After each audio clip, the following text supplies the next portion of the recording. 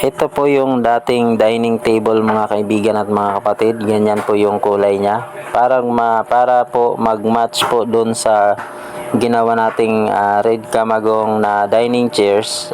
I-revarnish din po natin to mga kaibigan at mga kapatid. Ito po yung mga upuan niya para mag-match po sila at magbagay tingnan. Ito na po, makeover po natin.